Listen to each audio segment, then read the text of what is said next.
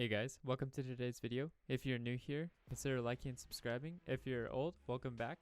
Today we're going to be talking about positioning and how you can improve your standings and ranked. Now there are a lot of things when it comes to positioning, so we're just going to dive right into it. So I guess a fundamental rule about positioning is you want to make sure that no matter where you are, that you're trying to get the most advantage out of a situation. For instance, if you know they're going to be pushing long, you don't want to sit here and like slow peek it or try to like wide swing and go for the orb, because that's going to put you at a disadvantage. Maybe you can try to bait it if you have a double peek, but generally speaking, if somebody tries to peek you here, you would have the disadvantage. A big mistake I see a lot of lower elo players making is that they're not using their tacticals in a correct way to safely peek. So right here, say you're playing Reyna and you want to peek long, you can throw your Leer up, wait for it to activate, and then you can peek. You can grab the orb to bait it out, throw another while you're like right before it expires, and then boom, you either have the kill or you have the free orb. However, let's say that you're on Sage and you want to peek long. Say your team has B and they know that they're coming B. Rather than trying to wide swing it and try to, go for a 1-for-1 trade and essentially trade yourself because you're such an asset to the team, maybe you want to consider like jiggle peeking it to see if you can, see somebody opping, see somebody with the rifle, and then you can back off and give that information to your team. Another mistake that a lot of lower elo players make is committing too much to a fight. So say that you were, jiggle peeking this, you see some people, you back off. Let's say they're rushing you, you can hear a bunch of footsteps coming. Rather than like backing into this corner, well, sometimes it can be good to take them by surprise. Sometimes it's better to just keep backing up and looking for opportunities to take them at angles where you're more advantageous, rather than trying to just take every fight head on and potentially just trading yourself 1-for-1. You can, slowly back off as they're pushing. Repositioning every time is going to take them by surprise. So another tip I have for you guys is actually not to position yourself in the same exact way every single round. For teams that are willing to kind of learn what their opponent is doing, if you're constantly, say, playing this back corner, then every time that they come around this corner, they're going to be, wide swinging and just like pre-firing you, or they're going to jiggle peek that corner and try to get some headshots on you. So the key thing is you want to be constantly changing it up and adapting your playstyle to their playstyle. Now, when I say adapting your playstyle to their playstyle, what do I mean by that?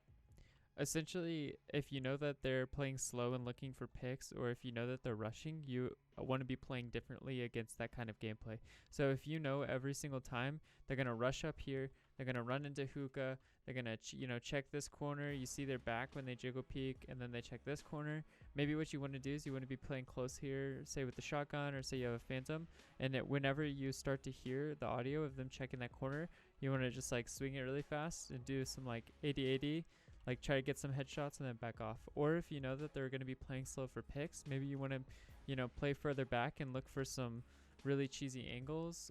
Maybe you want to play further back on site and you want to, stay here for a little while. And then when you know they're up hookah and their guard's a little down, then you can just like swing out, try to get a headshot, and then back off and reposition again. So the key thing here is that you just want to be watching what your enemy is doing, and then constantly throughout the game, you should be adapting to it. So it should be harder for the enemy to get rounds while they're attacking, because when you're defending, you should be learning how they're attacking on sites, and you should be playing better against that every single round. So a lesser tip that I don't see a lot of people talking about that's actually a huge consideration on where you're going to be positioning for that round is actually how much money you have and what kind of gun you've bought that round. So if you know the enemy team is going to be on rifles, then maybe you want to play closer with other things. I know it's a kind of a built-in cognitive thing that a lot of people do. However, I think that if you take into consideration more what the enemy team is going to be running for their rifles and then what you have, then you can get better gunplay. So essentially, if I know I have a Vandal or a Phantom, I know that I can peek long, and it's going to be a pretty even. They might see me because I'm closer to the edge here, but for the most part, like the gunplay is going to be pretty even. However, if I'm running Spectre or a Stinger, then maybe if I want to peek this, I should just like jiggle peek close to bait out any oppers or something, and then back off, because I know that I'm not just going to get that advantageous fight with the Stinger or Spectre trying to hit some people down long. It's just not going to go good. One thing that you can do is if you're playing closer with shotguns or SMGs is you can try to take angles kind of aggressively if you know where they're going to be at in a round. So if you know that they've been pushing up long and then baiting out ult orb, or if they're just kind of like sitting back here and waiting for sight, maybe they won't expect somebody with the stinger to come like around the corner and just like spray them down. So again, you want to be playing where they won't expect you to be, and you want to be playing closer in with these, closer in weapons.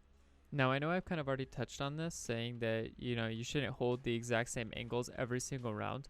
But another big tip that I have for people is that if every single time, the guy that's pushing out hookah is, popping your head here, or say you're playing on this side and you're trying to watch into hookah and he's just popping your head and it kind of feels like he's hacking, we've all had that feeling of like, you're just getting decimated.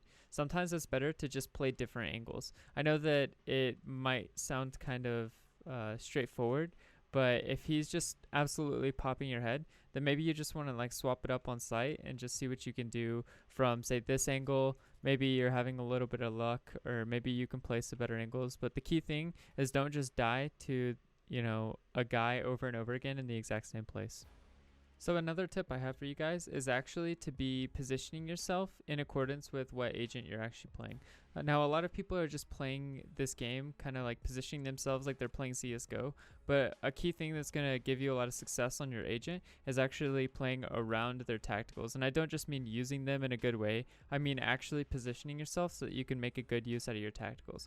So another tip I have for you guys is actually how you want to play against enemy tacticals. So let's say that, you're playing A Heaven here and Brimstone throws down 3 smokes. He covers, Heaven, he covers the 2 connectors, and they're pretty much going to be planting in that corner. So what you want to do here is you want to make, a quick judgment call about how you want to play against this. If you know that there are some showers, maybe that's going to change how you play against this.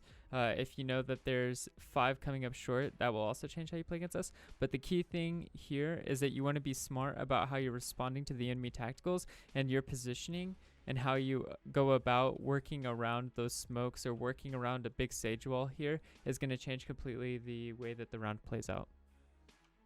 Now guys, I know that the way that people use tacticals is very, very, very situational, and there's going to be pretty much no way I can tell you exactly how you want to go about attacking a situation. So the thing that I would keep in mind is that if you're watching pros or watching your VOD, I think that's going to be really important to making your positioning better, because you can see better ways you could have gone about attacking something.